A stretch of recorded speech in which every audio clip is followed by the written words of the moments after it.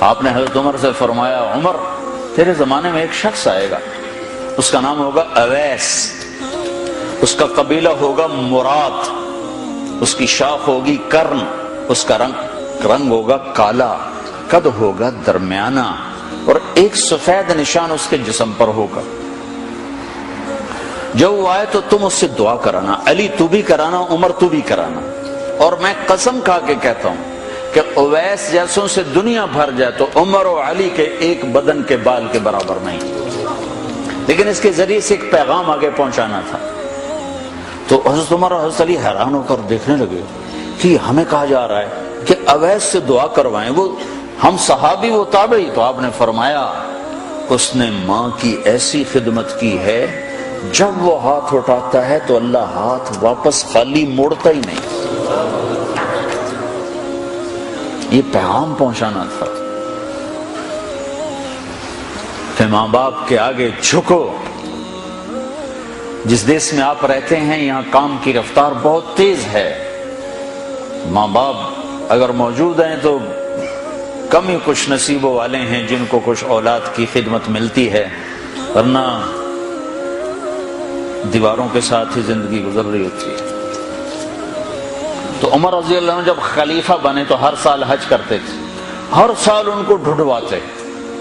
اب مجھے یہ نہیں پتا درمیان کے کوئی سال ہوں گے کہ ایک سال آپ نے حج پر سارے حاجی اکٹھے کر لیے، ایسے اپنے سامنے کا کھڑے ہو جاؤ بھائی، سب کھڑے کر لیے، کہنے لگے بیٹھ جاؤ سارے یمن والے کھڑے رہو، تو سارے بیٹھ گئے، یمنی کھڑے رہے، کہ سارے یمن والے بیٹھ جاؤ، قبیلہ مراد والے کھڑے رہو، تو سارے یمنی بیٹھ گئے، مراد والے کھڑے رہے۔ اس سال میں یمن گیا جماعت میں تو اویس کرنی کے گاؤں گیا، ان کی جگہ پیدا ہوئے، جو ان کا قبیلے کے لوگوں سے ملا، اس علاقے سے گزرا، دیکھا کہ اچھا یہاں وہ ہستی پیدا ہوئی تھی، خشک پہاڑ ہیں، بالکل خشک پہاڑ۔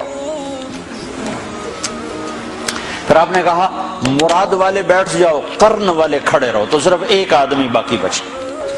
تو آپ نے اس سے پوچھا تم قرنی ہو؟ کہ جی ہاں۔ اویس کو جانتے ہو؟ کہ جانتا ہوں، میرا سگا بھتیجا ہے، میرے بھائی کا بیٹا، لیکن وہ تو تھوڑا پاگل سا ہے، آپ اس کا کیوں پوچھ رہے ہیں؟ تو عمر رضی اللہ تعالیٰ عنہ رونے لگے، کہا وہ نہیں، تو پاگل نظر آتا ہے۔ پھر آپ نے پوچھا کدھر ہے؟ آیا ہوا ہے حج میں ہے؟ کہ جی ہے۔ کدھر ہے؟ کہ جی اونٹ چرانے نکلا تھا عرفات کی طرف۔ تو حضرت عمر نے حضرت علی کو ساتھ لیا اور دوڑ لگائی اور پہنچے عرفات کی طرف، تو دیکھا تو ایک آدمی ایک کیکر کے درخت کے نیچے نفل پڑھ رہا اور اونٹ اس کے چاروں طرف چل رہے۔ تو یہ دونوں حضرات بیٹھ گئے، تو انہوں نے اویس نے محسوس کیا کچھ آ گئے لوگ، تو انہوں نے نماز مختصر کر دی، سلام پھیرا۔ تو حضرت عمر نے پوچھا کون ہو بھائی؟ کہا جی مزدور ہوں۔ کہا تیرا نام کیا ہے؟ کہا جی اللہ کا بندہ۔ کہا بھائی ہم کے بندے ہیں، میں پوچھ رہا ہوں جو نام تیری ماں نے تیرا رکھا وہ کیا ہے؟ تو وہ تو پہچانتا نہیں تھا کہ عمر کون ہے، علی کون ہے، وہ تو پہلی دفعہ حج پہ آیا تھا۔ وہ کہنے لگا تم کون ہو میرا انٹرویو کرنے والے؟ انٹرویو تو میں اپنی طرف سے کہہ رہا ہوں۔ میں کہا تم کون ہو میرا پوچھنے والے؟ تو حضرت علی بولے یہ امیر المومنین ہیں عمر بن خطاب، اور میں ہوں علی بن ابی طالب۔ پھر وہ ایسے ایک دم گھبرائے، دونوں کو سلام کیا، میں معذرت چاہتا ہوں میں نے پہچانا نہیں۔ تو عمر رضی اللہ عنہ نے فرمایا ہاتھ اٹھا، ہاتھ اٹھا۔ برمنگھم والوں کو پیغام پہنچے کہ ماں کی خدمت کیسے کی جاتی، کہ عمر جیسا ہاتھ اٹھوا رہا ہے، علی جیسا، علی جیسا۔ تو وہ کہنے لگے میں آپ کے لیے کیسے ہاتھ اٹھاؤں، میری اوقات ہے کہ میں آپ کے لیے دعا کروں؟ کہاں، ہمیں ہمارے نبی کا حکم تھا کہ اویس آئے تو اس سے دعا کروانی ہے، کہ جب وہ ہاتھ اٹھاتا ہے تو وہ ہاتھ خالی نہیں آتے۔ کس وجہ سے؟ تہجد، جہاد، تبلیغ، ذکر، تلاوت، تسبیح، حج، عمرے، نمازیں، روزے، ذکر، تلاوت۔ کس وجہ سے؟ نہیں، ان میں سے ایک وجہ بھی نہیں، ماں کی خدمت کی وجہ سے۔ پھر ایک اور جگہ آپ نے فرمایا کہ لوگ جب جنت میں چلیں گے تو اویس بھی چلے گا، جب جنت کے دروازے پر پہنچے گے تو اللہ تعالیٰ فرمائے گا اویس کو روک لو باقی کو جانے دو۔ تو اویس گھبرا جائیں گے، کہیں گے یا اللہ مجھے کیوں روک لیا ہے؟ تو اللہ تعالیٰ فرمائیں گے ٹھہر جاؤ، جانے دو ان کو۔